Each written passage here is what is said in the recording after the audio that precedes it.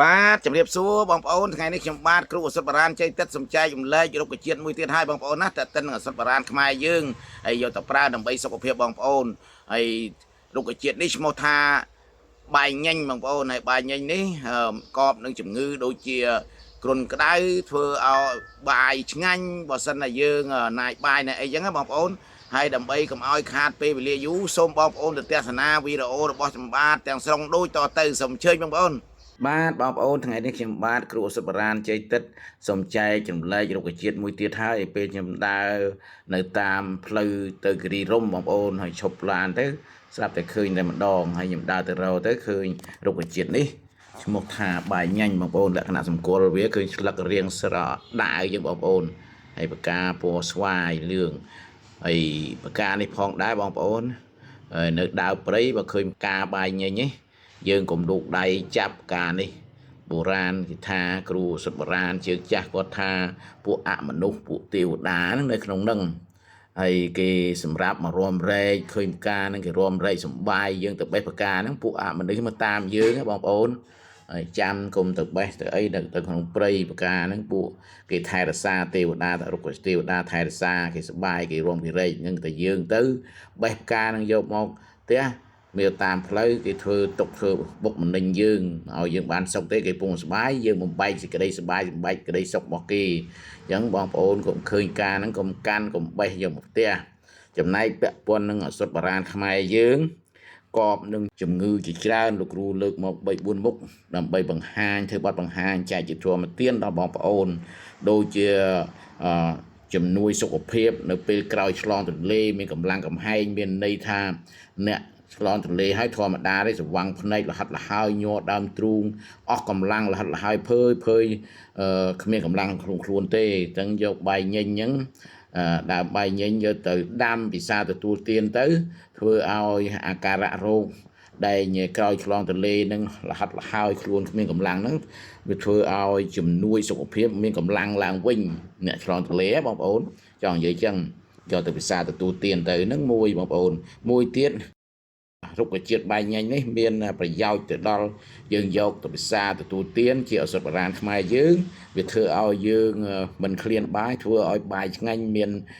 អារម្មណ៍ថាចាប់ចុងដាតចាប់មាត់ពេលយើងហូបថ្នាំបាយញ៉ាញ់នេះទៅធ្វើឲ្យចាប់មាត់ចាប់កហើយបាយឆ្ងាញ់វិញហើយបងប្អូនមិនសិនទេណាយបាយមិនឃ្លានបាយចង់និយាយចឹងបងប្អូនអានឹងទី2ទី3ហើយឱសថបុរាណបាយញ៉ាញ់នេះផងដែរវាឲ្យបញ្ចុះកម្ដៅបងប្អូនធ្វើឲ្យចុះកម្ដៅមានន័យថាបើសិនបងប្អូនយើងក្តៅក្នុងក្តៅខ្លួនអីសេតុណ្ហភាពឡើងខ្ពស់អីបងប្អូនដាំពិសាទទួលទានតែមួយឆ្នាំ2ឆ្នាំទៅបាត់អាក្តៅក្នុងខ្លួនបញ្ចុះកម្ដៅបានធម្មតាវិញហើយបងប្អូនឈប់ហូបចោះនឹងចង់និយាយទៅចឹងបងប្អូនឱសថបុរាណខ្មែរយើងកាលណាយើងចេះដាក់ចេះលាយយកទៅប្រើគឺយើងប្រើរបៀបតាមបុរាណរបៀបក្បួនខ្នាតនៃការស្រាវជ្រាវឱសថបុរាណខ្មែរយើងនៅក្នុងសភៅនៅមជ្ឈមណ្ឌលស្រាវជ្រាវជាតិឱសថបុរាណខ្មែរក៏គេដាក់ដែរបាយញ៉ាញ់នេះបងប្អូនយកទៅប្រើតាមរបៀបរបបយើងទៅតាមបុរាណយើងទៅក៏ប្រសើរជំងឺសុខភាពរបស់យើងបានមុំទាំមានន័យថាកប់នឹងជំងឺប្រកែនឹងជំងឺហើយនឹងអាយុវែងវាមិនខូចសុខភាពពេលដែលយើងប្រើ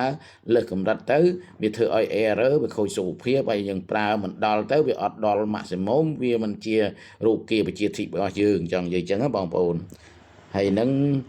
ទី3បងប្អូនទី4ជំនួយកម្លាំងមនុស្សយើងធម្មតាណាបងប្អូនបើសិនជាអស់កម្លាំងលហិតលហើយមនុស្សយើងកាលខាងលើនោះខ្ញុំនិយាយអំពីការឆ្លងទន្លេរួចអត់មានកម្លាំងលហិតលហើយឯងបងប្អូនយកទៅសាទទួលទានទៅបងប្អូនអស់កម្លាំងធ្វើការអីចឹងទៅវាអស់កម្លាំងវាលហិតលហើយគ្មានកម្លាំងខ្លួនទៅបងប្អូនយកទៅប្រើទៅយកទៅប្រើតាមវិសាទទួលទានហាលស្ងួតទៅបងប្អូនហើយបើបងប្អូនអត់មានជីងចាប់មកចាប់ដៃយើងមកចាប់ដៃជុំហើយបើសិនទីមានជីងបងប្អូនដាក់ទី10ទៅ25ក្រាមទៅបងប្អូនណាទាំងអស់នឹងទៅហើយបងប្អូនមានជីងហើយបងប្អូនភាសាទទួលទានទៅធ្វើឲ្យជំនួយកម្លាំងមានកម្លាំងកំហែងអាលហិតលហើយក្នុងខ្លួនស្វាំងភ្នែកនឹងបាត់ហើយបងប្អូនណា យកទៅប្រើហើយសិនណាបងប្អូនតាមដានវីដេអូរបស់ខ្ញុំបាទជាគ្រូឱសថបុរាណជ័យទឹកនេះហើយបងប្អូនថាមានប្រយោជន៍សម្រាប់សុខភាពបងប្អូនចុច like ចុច share ចុច subscribe ឲ្យលោកគ្រូបានម្នាក់មួយផងបងប្អូនលោកគ្រូស្វែងរកតាមភ្នំក្រំថ្មកន្លែងណាដេចសញ្ញាក៏ដោយឲ្យតែមានថ្នាំណាប្រកែ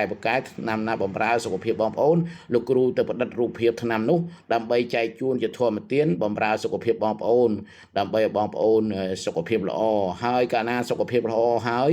បងប្អូនអត់មានជំងឺឈឺស្កាត់ហើយបងប្អូនក៏វាសល់លុយសល់កាក់ដែរមានន័យថាចឹងហើយចុងក្រោយនេះខ្ញុំបាទគ្រូឱសថបុរាណជ័យទឹកសូមថ្លែងអំណរអគុណយ៉ាងជ្រាលជ្រៅបំផុតដែលបងប្អូនបានចូលមើលនៅវីដេអូស្ដីអំពីបែងញែងនេះហើយសូមឲ្យបងប្អូនជួបនៅពុទ្ធពរទាំង4ប្រការអាយុវណ្ណៈសុខៈពលៈកំបីគ្លៀងឡើយខណៈពេលនេះខ្ញុំបាទគ្រូឱសថបុរាណជ័យទឹកសូមគោរពសូមជម្រាបលា